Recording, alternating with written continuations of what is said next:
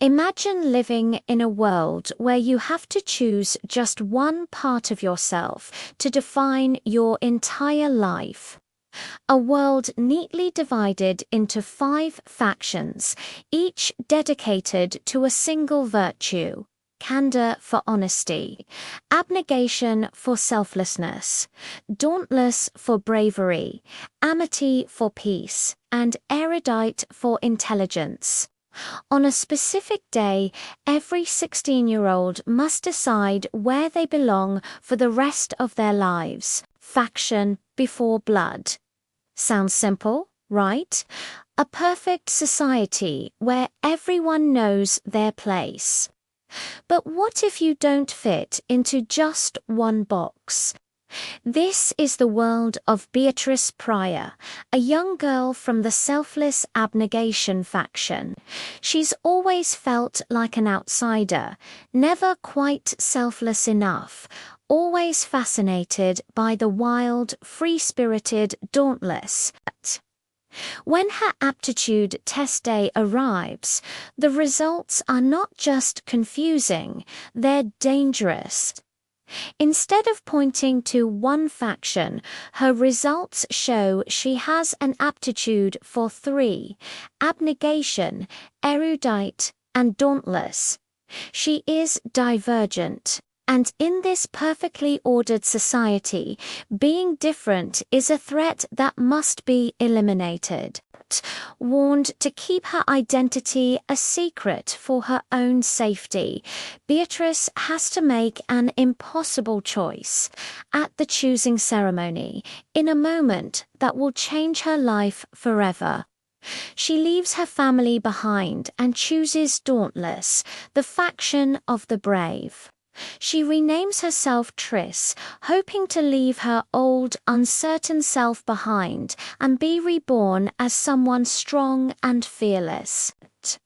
But joining Dauntless is no easy task. It's a brutal, competitive initiation designed to push its members to their absolute limits. Triss is forced to jump from moving trains, leap off 7-story buildings into a dark pit, and fight her own friends in hand-to-hand combat. She's physically smaller and weaker than most of the other initiates, and every day is a battle for survival.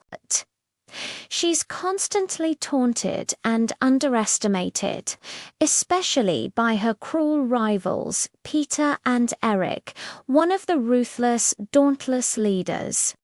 Yet, through this grueling process, Triss discovers a strength she never knew she had. It's not just physical strength, but a mental fortitude rooted in her divergence. She excels in the fear simulations, where initiates are forced to confront their deepest fears in a virtual landscape, while others are paralyzed by their nightmares. Triss's divergent mind allows her to stay aware, to manipulate the simulations in ways no one else can. This is where she catches the eye of her mysterious and intense instructor, 4. 4 is tough, demanding, and seems to see right through her defenses. He pushes her harder than anyone else, but he also protects her. As they spend more time together, a bond forms between them. Triss learns that 4 has his own secrets, his own vulnerabilities, and that his name holds a clue to his past. He, too, is wary of the factions and the leaders who seek to control them. He sees the same spark of defiance in Triss that he feels himself. Their growing relationship becomes a source of strength for Triss, but it also puts them both in greater danger. As Triss gets closer to completing the initiation, she starts to uncover a sinister plot brewing within the city's leadership. Janine Matthews, the leader of the brilliant but power-hungry erudite faction, is planning to overthrow the abnegation government.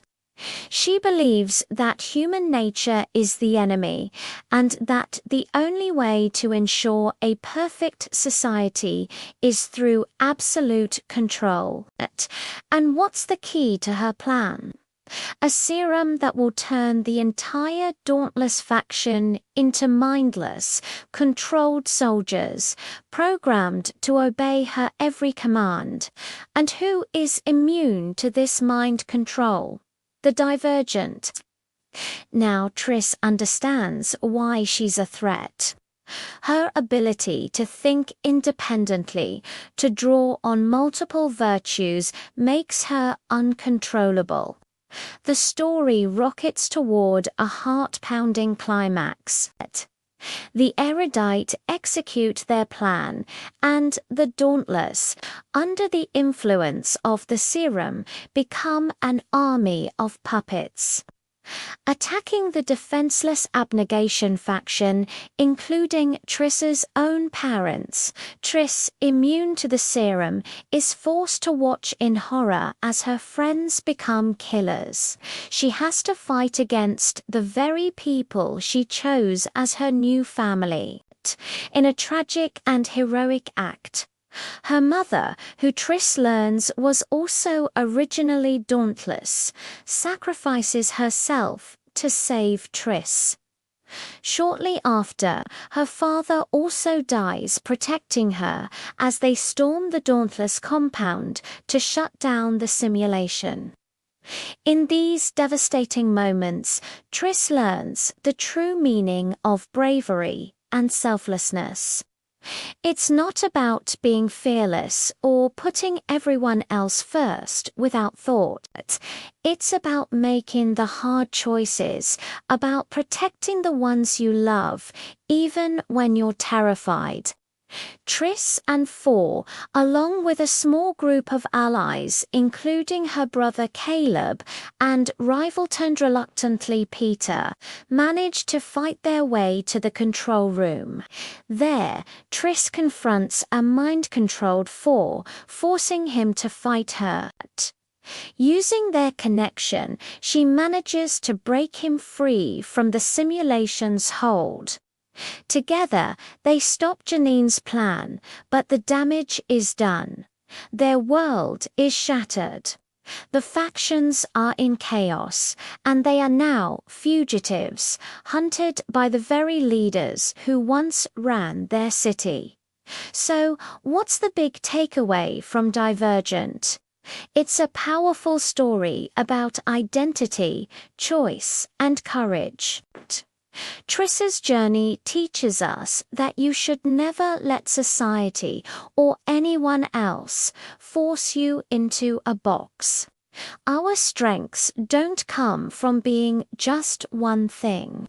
They come from the unique combination of all our different qualities. True courage isn't the absence of fear, it's acting in spite of it. It's about standing up for what's right, even when the whole world is telling you to sit down and fit in. Be brave enough to be yourself, because the qualities that make you different are the very ones that make you powerful. What did you think of Triss's choice? Would you choose a faction, or would you want to be divergent? Let me know down in the comments.